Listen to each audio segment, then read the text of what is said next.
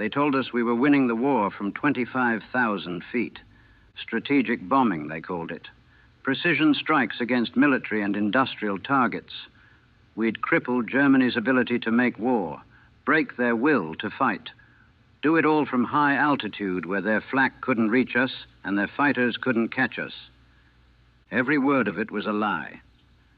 My name is Captain James Jimmy Dalton. I was a pilot with the 91st Bombardment Group, 8th Air Force, flying B-17s out of Bassingbourn in England. 23 years old when I started my tour in the summer of 1943. A kid from Ohio who'd dreamed of flying since I was old enough to look up at the sky. I'd enlisted right after Pearl Harbor, wanted to be a fighter pilot. Everybody did. Wanted to be a hotshot in a P-51, dogfighting Germans and coming home with kill marks on my fuselage. But the Army Air Corps had other plans. They needed bomber pilots more than fighter jockeys. Heavy bombers. B-17 flying fortresses. I was disappointed at first. Bombers seemed unglamorous, slow, lumbering targets. But they told us the B-17 was the most advanced bomber in the world. 4 engines, 10 machine guns. Could take incredible damage and still make it home. They called it the Flying Fortress for a reason. They also told us that formations of B-17s flying in tight defensive boxes could protect each other. That our combined firepower would shred any German fighters that tried to attack. That our Norden bomb sites could drop bombs into a pickle barrel from 4 miles up. We believed them. We were young and eager, and believed everything they told us. Training was intense, formation flying, bombing practice, emergency procedures. They drilled it into us over and over. By the time we shipped out to England in June 1943, I could fly a B-17 in my sleep, knew every gauge, every control, every system on that aircraft. My crew was good, 10 men including me, Lieutenant Bill Morrison, my co-pilot, steady guy from Massachusetts, Lieutenant Frank Hayes, our navigator, brilliant with maps and calculations. Lieutenant Eddie Torres, our bombardier, could hit a target better than anyone I'd seen, and 6 enlisted men manning the guns, waist gunners, ball turret, tail, top turret. We named our plane Lucky Lady, painted a pin-up girl on the nose, thought we were invincible. Our first mission was July 14th, 1943. Target was an aircraft factory near Paris. Milk Run, they called it. Easy mission to break in new crews. Light defenses, good weather. Should be simple. We formed up over England. Dozens of B-17s in tight formation, stacked in boxes. The sight was incredible. All that American air power filling the sky. You could feel the confidence. The certainty that we'd sweep the Germans before us. We crossed the channel at 0900 hours. Clear day, good visibility, everything going according to plan. Then we reached the coast of France, and the flak started. That's when I learned my first lesson about strategic bombing. Nothing about it was strategic, and nothing about it was safe. The flak looked like black cotton balls appearing in the sky around us. Innocent, almost. Pretty, in a strange way. Then one exploded close enough to rock the plane. The sound was like someone hitting the fuselage with a sledgehammer.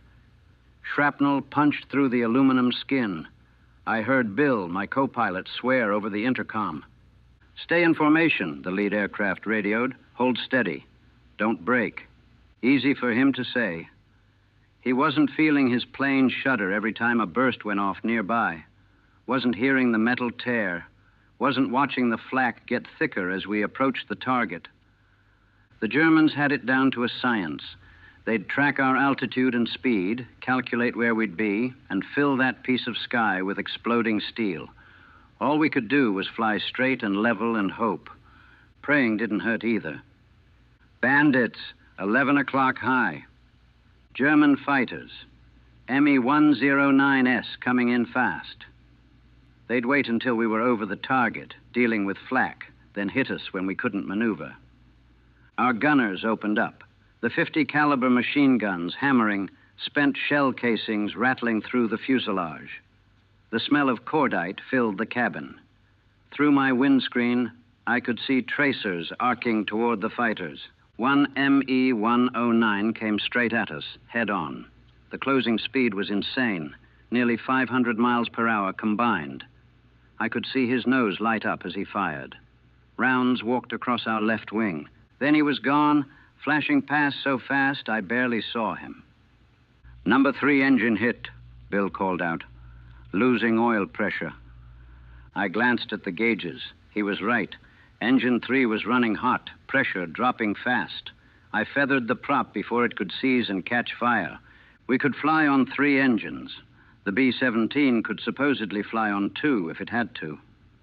But we were over enemy territory with 1,000 miles to go before reaching England.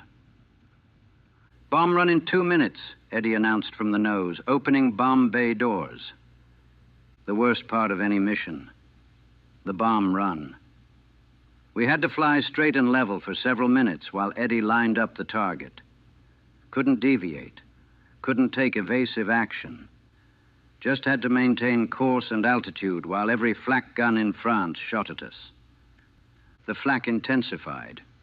It was a box barrage now. They'd calculated our altitude and filled a cube of sky with explosions. We had to fly through it. No choice. I watched a B-17 in the formation ahead of us take a direct hit. The plane just disintegrated. 1 second it was there, the next it was falling debris and black smoke. 10 men gone in an instant. "Steady," I told myself as much as the crew. "Hold it steady." The plane rocked from near misses. I could hear shrapnel pinging off the fuselage. A piece punched through the windscreen between me and Bill, spider-webbing the plexiglass. 6 inches to the right, and it would have taken my head off. "Bombs away," Eddie called. I felt the plane lurch upward as 5,000 pounds of bombs dropped free. The bomb bay doors closed. We could turn now, get out of this killing zone. "Lead aircraft taking us home," the radio crackled. "Form up on me."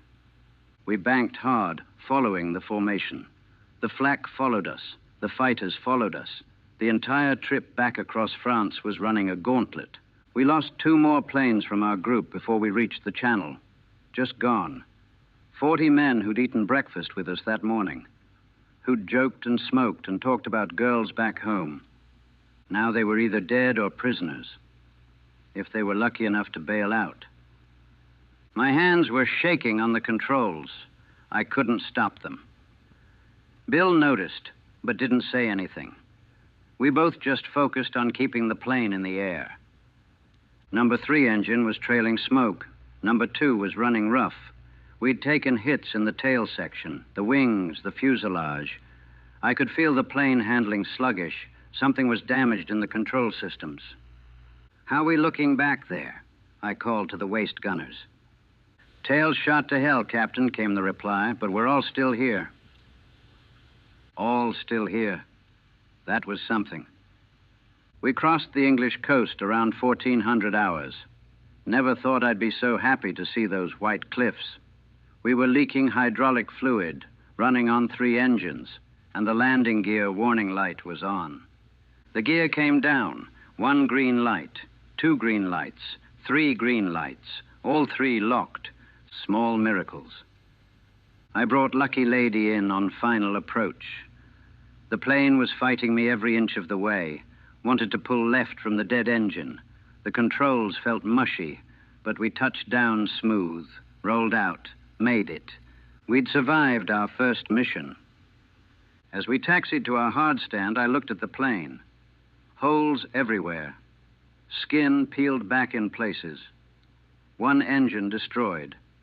The tail looked like Swiss cheese. The ground crew chief walked around the plane, counting holes. Stopped when he got to 50. "You boys got lucky," he said. Lucky. Right. That night in the officers' club, nobody talked much. We just drank. I had 3 whiskeys and still couldn't stop my hands from shaking. 1 mission down. 24 more to go before we completed our tour. I tried not to think about the odds. The missions blurred together after a while. Schweinfurt, Regensburg, Bremen, Stuttgart, deep into Germany, into the heart of their industrial capacity, and into the heart of their defenses.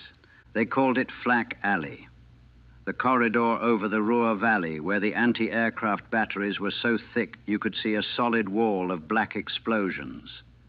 Flying through it was like flying through hell itself. The sky would turn black. Your plane would rock and shudder continuously. The noise, even through your leather helmet, you could hear it. Constant thunder. By my 10th mission, Lucky Lady looked like she'd been through a shredder. Patched and repaired so many times, she was more replacement parts than original aircraft. But she kept flying, kept bringing us home. Not everyone was so lucky. August 17th, 1943, Schweinfurt-Regensburg mission. They called it a double strike, split the force, hit 2 targets, divide the German defenses. What it really meant was we had no fighter escort for most of the mission. The P-47s didn't have the range to go that deep. We'd be on our own. 376 bombers took off that morning. We'd lose 60 before the day was over. The German fighters hit us the moment we crossed into their airspace. Not just Me-109s this time. FW-190S2. And they'd learned. Stopped coming at us head-on where our firepower was strongest. Started attacking from 12 o'clock high, diving through the formation, then coming back around. They focused on the stragglers. Any plane that fell out of formation, damaged engine, injured pilot, whatever, they'd swarm it like sharks. I watched it happen to a plane from another group. She took an engine hit, started falling behind. Within 2 minutes, 6 German fighters were on her. They tore her apart. I saw maybe 3 shoots. 7 men went down with the plane. Stay in formation. That was the rule. The only rule that mattered. Break formation and you were dead. The flak over Regensburg was the worst I'd ever seen. A solid black cloud of explosions. We had to fly through it. No way around. No way over or under. Just through. I gripped the controls so hard my hands cramped. Couldn't show fear. Had to keep the crew focused. But inside I was terrified. We all were. A burst exploded directly beneath us. I felt it through my seat.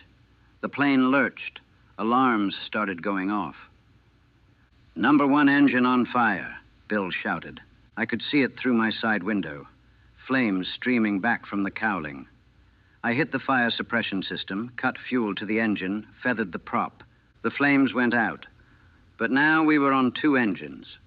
2 engines over Germany with 300 miles to go before we'd reach friendly territory. "Can we make it?" Bill asked. "We're going to try." We started losing altitude. Couldn't maintain formation speed on 2 engines. The other planes pulled ahead. We were falling behind, becoming a straggler. "Bandits!" 6 o'clock level. Here they came. 3 FW-19s. They knew we were wounded, knew we couldn't keep up. Our tail gunner opened up. So did the waist gunners. I could hear the 50 cals hammering. Tracers filled the sky behind us. One of the Germans broke off, smoking, but the other 2 pressed the attack. Cannon rounds walked up our right wing. I heard someone scream over the intercom, then silence from one of the waist positions. "Roberts is hit," the other waist gunner called out. "He's hit bad." No time to help him. The fighters were coming around for another pass. This time they hit us from above. 20-millimeter cannon rounds punched through the roof of the cockpit. Bill screamed, slumped forward in his seat. "Bill!" No response. I glanced over. Blood everywhere. A round had caught him in the chest. I was flying alone now, on 2 engines, over Germany, with fighters circling for the kill. The ball turret gunner got one of them. I saw the German fighter explode, a beautiful bloom of orange flame, but the last one was still coming. He hit us again. I felt the impacts all through the fuselage, Heard metal tearing. The plane yawed hard to the right. I fought the controls, trying to keep us level. Then suddenly he broke off, dove away. Why? Why would he? P-51s coming in. American fighters. Mustangs. They must have extended their range somehow, pushed further into Germany than they were supposed to. And they'd found us. I watched them tear into the remaining German fighters. Watched them clear the sky, our saviors. But Bill was still slumped in his seat, not moving, and I didn't know how bad the damage was to the rest of the crew. Sound off, I ordered. Everyone report. The replies came in one by one, everyone alive except Bill and Roberts. Roberts had bled out from his wounds before anyone could help him. Bill, I didn't know about Bill. Couldn't check on him. Had to fly the plane. Eddie, can you get up here? I need a co-pilot. Eddie Torres climbed up from the nose, took one look at Bill, and went pale. But he strapped into the co-pilot seat and took the controls on his side. Is he? Focus on flying, I said. We limped home on 2 engines. Made it back to England on fumes. The landing gear came down, another miracle. I touched down so soft, you barely felt it. Didn't want to jar Bill. The ambulance was waiting when we taxied in. They got Bill out first. The medics worked on him right there on the tarmac while I shut down the engines. He died before they could get him to the hospital. Bill Morrison, 24 years old, from Worcester, Massachusetts. Had been talking about proposing to his girl when we got leave. Carried her picture in his flight jacket. Now he was gone, just gone. Roberts, too. 2 men from my crew. 2 men I was responsible for. That night, I sat in my quarters and tried to write letters to their families. Tried to find words to explain how their sons had died. How it had been quick. How they hadn't suffered. All lies. Roberts bled out slowly in the waist of the plane. Bill died on a tarmac in England, drowning in his own blood. But I wrote the lies anyway, because the truth was too terrible. We'd dropped our bombs on Regensburg, hit the target, accomplished the mission. The higher-ups would call it a success. But I'd lost 2 men, 2 good men. And for what? To destroy a ball-bearing factory that would be rebuilt in 6 months? This was strategic bombing. This was winning the war from 25,000 feet. This was hell. They gave us 3 days off after Schweinfurt. 3 days to replace crew members, repair aircraft, and pretend we weren't falling apart inside. I got a new co-pilot, Lieutenant Jack Peterson from Minnesota. Good kid. Green as grass. I tried not to get too close to him. Tried not to learn too much about his family, his girl back home, his dreams for after the war. Easier that way if he didn't make it. The missions kept coming, every few days, weather permitting. The target lists grew more ambitious, deeper into Germany, heavier defenses. They wanted us to destroy the Luftwaffe, cripple German industry, break civilian morale. We were doing all of it, and it was destroying us in the process. The statistics were brutal. In the fall of 1943, the odds of completing a 25-mission tour were about 1 in 4. 3 out of every 4 crews would be shot down, killed, or captured before they finished. Those were the official numbers. The real numbers felt worse. You'd make friends with a crew at breakfast, joke around, make plans to hit the pub together after the mission. Then watch their plane go down over Germany. Watch the chutes, count them, hope for 10, usually see fewer. Sometimes see none. Then you'd go back to base and their bunks would be empty. Their lockers would be cleared out. New crews would move into their quarters, like they'd never existed. After a while, you stopped making friends, stopped learning names. They were just the new guy, or that crew in the next barracks. Emotional self-preservation. October 14th, 1943. Second Schweinfurt raid. They were calling it Black Thursday before we even took off. Everyone knew it was going to be bad. The target was deep in Germany. The defenses were murder, and we'd already lost 60 planes there in August. But orders were orders. We lost 62 planes that day, over 600 men. The worst single-day loss in 8th Air Force history. Lucky Lady made it through, barely. We took hits from flak and fighters, lost another engine. The hydraulics failed, so we had to hand crank the landing gear down. But we made it. 3 planes from our squadron didn't. 30 men gone. That night, they closed the officers' club. Nobody felt like drinking.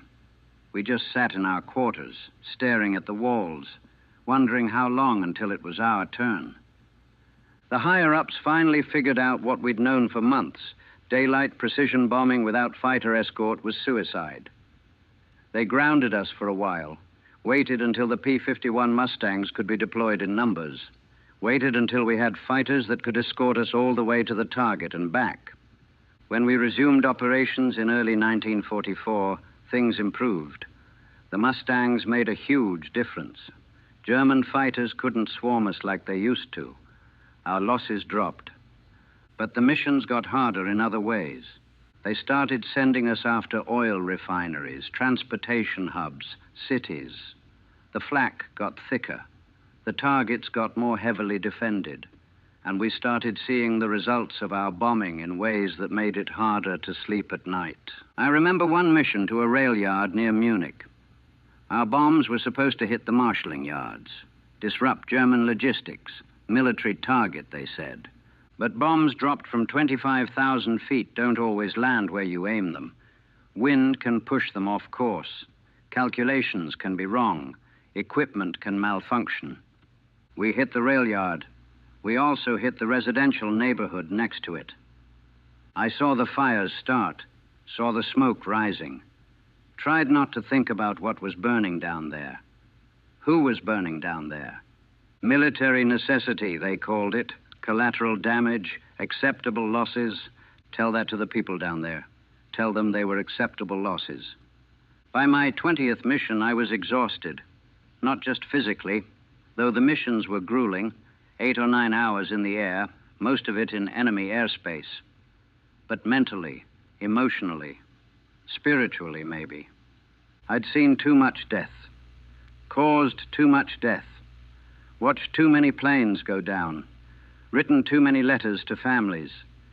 Jack Peterson, my co-pilot, asked me once how I kept doing it, how I kept climbing into that plane knowing the odds. Because if I don't, someone else will, I told him. And I've got more experience than most. Better chance of bringing the crew home. It was a lie. Experience didn't matter much when an 88mm flak shell exploded next to your plane. Didn't matter when a German fighter got a lucky shot. Didn't matter when your number came up, but it was a lie that let me keep functioning, keep flying, keep fighting. The war in Europe was turning. Everyone could see it. The Normandy invasion in June 1944. The Russians pushing from the east. Germany was losing. It was just a matter of time. But time was what we were running out of. Every mission brought us closer to completing our tour. Every mission brought us closer to going home. Every mission brought us closer to dying before we could make it. I completed my 25th mission in August 1944. The magic number, the ticket home. I'd survived. They offered me a promotion and another tour, lead a squadron, pass on my experience to new crews, do my part for the war effort. I said yes. Don't ask me why. Maybe guilt that I'd survived when so many others hadn't. Maybe feeling obligated to help the new kids. Maybe just being too numb to know what else to do. I flew 15 more missions before the war ended.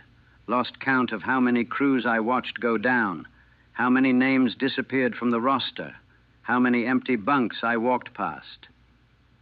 By the time Germany surrendered in May 1945, I was done, completely done. They gave me medals and commendations and told me I was a hero. I didn't feel like a hero. I felt like a grave digger who'd somehow avoided falling into the hole himself. My breaking point came after the war ended, not during it. During the war, I was too busy surviving to break, too focused on the next mission, the next formation, the next target. You couldn't afford to break. Breaking got you and your crew killed, but after VE Day, after they sent me home, after all the parades and celebrations and welcome home parties, that's when it hit me. They sent me back to Ohio in June 1945, a hero's welcome. The whole town turned out, bands playing, flags waving, people shaking my hand, thanking me for my service, telling me how proud they were. I smiled and nodded and said the right things, but inside I was screaming. My mother threw a party, invited everyone she knew. They wanted to hear war stories, wanted me to tell them about flying combat missions, about fighting the Germans, about strategic bombing. I told them sanitized versions, left out the parts about Bill Morrison bleeding out in the co-pilot seat, left out Roberts dying in the waist, left out the German fighters and the flak and the planes exploding and the men falling without parachutes, left out everything that mattered. They wanted to hear about heroism and glory and victory, didn't want to hear about terror and death and the smell of hydraulic fluid mixed with blood, didn't want to know that I still saw those planes going down every time I closed my eyes. 3 weeks after I got home, I woke up screaming. My mother came running, found me on the floor of my bedroom, shaking, convinced I was still in the plane, still hearing the flak bursting, still watching Bill die. She didn't know what to do. Nobody did. They didn't have a name for it then. Combat fatigue, maybe. Shell shock, battle stress. Whatever you wanted to call the thing that broke inside you when you'd seen too much, done too much, survived too much. I started drinking, not just social drinking, real drinking. Wake up and pour whiskey in my coffee drinking, sit in my room with a bottle drinking, pass out before dinner drinking. Anything to stop the memories, anything to quiet the voices. Bill asking if we could make it home. Roberts screaming over the intercom. The German pilots' faces in the split second before impact. The fires in those residential neighborhoods. My father tried to talk to me, told me I needed to snap out of it, that the war was over, that I was home safe, that I should be grateful. Grateful? Right. I tried to explain once, tried to tell him what it was like, flying into walls of flak, watching your friends die, dropping bombs on cities and seeing the fires start and knowing there were people down there, civilians, kids maybe, dying because of what you'd done. He told me that was war, that I'd done my duty, that the Germans had started it and we'd finished it, that I should be proud. But pride and guilt can coexist. You can be proud you served and guilty about what that service required. Can be grateful you survived and angry that others didn't. Can be a hero to everyone else while feeling like a coward inside because you're relieved it's over. Relieved you don't have to go back up. Relieved you made it when better men died. 4 months after I got home, I got into my father's car in the middle of the night. Drove to the local airfield, small civilian place. They had a few old trainers there. I broke into one, fired it up, took off. I don't know what I was planning. Maybe just to fly again, to feel in control for once, to be back in the only place that made sense anymore, in the air. I flew for maybe an hour, just circling over the dark countryside. Peaceful, quiet, no flak, no fighters, no bombs, just flying. Then I realized I was crying, just sobbing in the cockpit of this little trainer, alone in the night sky, crying for everything I'd lost, everything we'd all lost. I landed the plane, put it back where I'd found it, drove home, never told anyone. That's when I knew I was broken, truly broken, not just damaged or stressed or tired, broken in a way that wouldn't heal right, like a bone that sets wrong and aches forever. The Army Air Forces offered me a regular commission. Stay in the service. Keep flying. make a career of it. I said no, couldn't do it. Couldn't climb into another military aircraft. Couldn't put on the uniform again. Couldn't go back to that world. I tried college on the GI Bill. Lasted 1 semester. Couldn't focus. Couldn't sit in classrooms with kids who'd never been to war, who thought it was all glory and adventure, who had no idea what it actually cost. Tried a few different jobs, factory work, sales, office jobs. Nothing stuck, nothing mattered. I was just going through the motions, existing but not really living. Jack Peterson, he'd made it through the war too, finished his tour 3 months before I did. He tracked me down in 1947, came to visit. We sat in my apartment drinking whiskey and not talking about the war. Finally, he said, "You doing okay, Captain?" "I don't know," I told him honestly. "Are you?" "No," he said, "not really. But I'm trying." "Yeah, me too." We stayed in touch after that. Called each other every few months, checked in, made sure we were both still here, still trying. Some guys from the squadron didn't make it. Not from the war. They'd survived that. But from after, couldn't adjust, couldn't find a way to live with the memories. Eddie Torres ate his gun in 1948. Left a note that just said he was tired, that he couldn't do it anymore. I understood. God help me, I understood completely. There were nights I thought about it. Thought about just ending it. Stopping the nightmares. Stopping the guilt. Stopping everything. But I didn't. Don't know why exactly. Maybe cowardice, maybe stubbornness. Maybe some small voice inside that said I owed it to the guys who didn't make it to keep living, to carry their memory. So I kept going, kept trying, kept existing. But I never really came home from the war.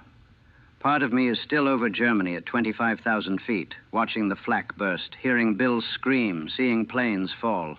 That part never landed, never will. It's 1950 now, 5 years since the war ended. I'm 28 years old, but I feel 50. I'm living in Chicago. Found work as a flight instructor at a small civilian airport, teaching people how to fly. Seems ironic, I suppose. Spent the war trying not to die in the air. Now I'm back up there every day. But it's different. These are little Cessnas and Pipers. No guns, no bombs, no one shooting at us. Just the simple joy of flight that I remembered from before the war. Before everything got complicated. Teaching helps. Focusing on someone else's problems, someone else's challenges. Watching them solo for the first time. Seeing that look of pure happiness on their faces. It reminds me that flying doesn't have to be about death. It can be about life, about freedom, about possibility. Some of my students are vets. They don't talk about the war much, don't need to. We recognize each other, see it in the eyes, the way we scan the sky constantly, the way loud noises make us tense up, the way we hold ourselves like we're waiting for the next crisis. We understand each other without words. I got married last year. Girl named Sarah. She's patient with me. Understands when I wake up at 3 a.m. and can't go back to sleep. Doesn't ask too many questions about the war. Knows I'll talk about it if I need to. I don't talk about it much. What's there to say? That I flew 40 missions over Germany? That I watched friends die? That I dropped bombs on cities and people died because of me? Sarah knows the basics, knows I was a bomber pilot, knows it was hard.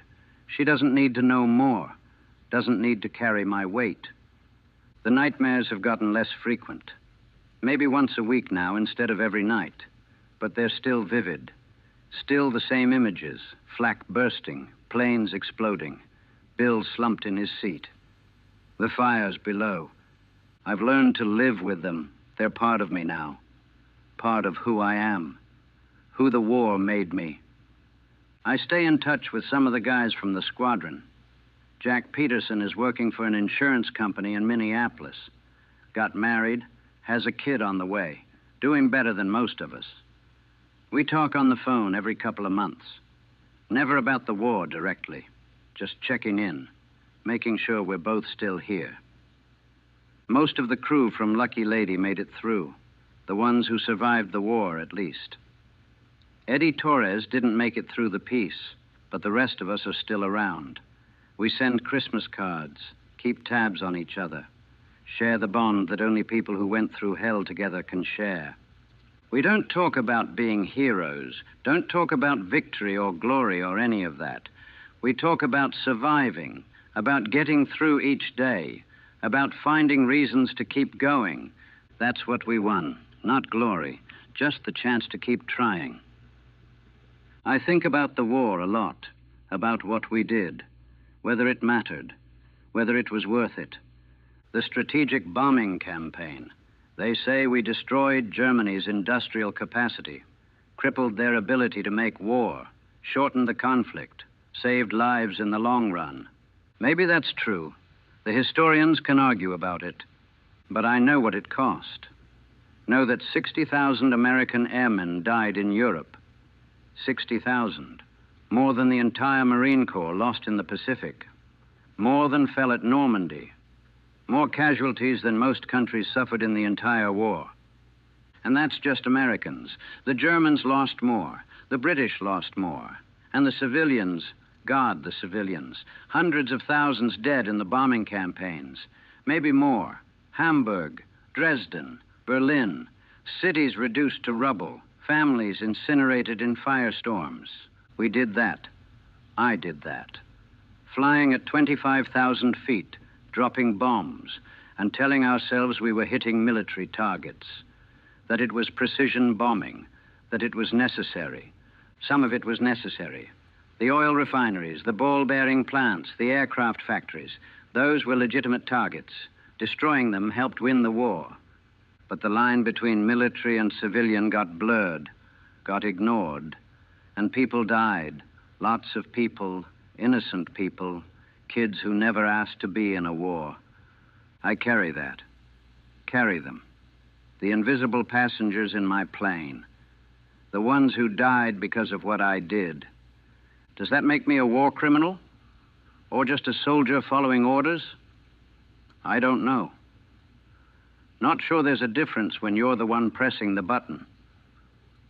The Air Force has been talking to me about writing my experiences down for the historical record. They want first-hand accounts from bomber pilots, want to document the strategic bombing campaign for future generations.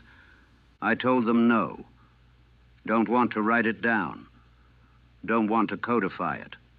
Don't want some future kid reading my account and thinking war is exciting or glorious or worthwhile. War is none of those things. War is terror and death and compromise. It's doing things you never thought you'd do and living with the consequences forever. It's watching friends die and knowing you survived for no reason except random chance. That's not the story they want. They want heroism and sacrifice and triumph. The clean version. The version that makes it all make sense. But it doesn't make sense. Never did, never will. We fought because we had to. Because the alternative was worse. Because sometimes you have to do terrible things to stop even more terrible things. But don't call it heroic.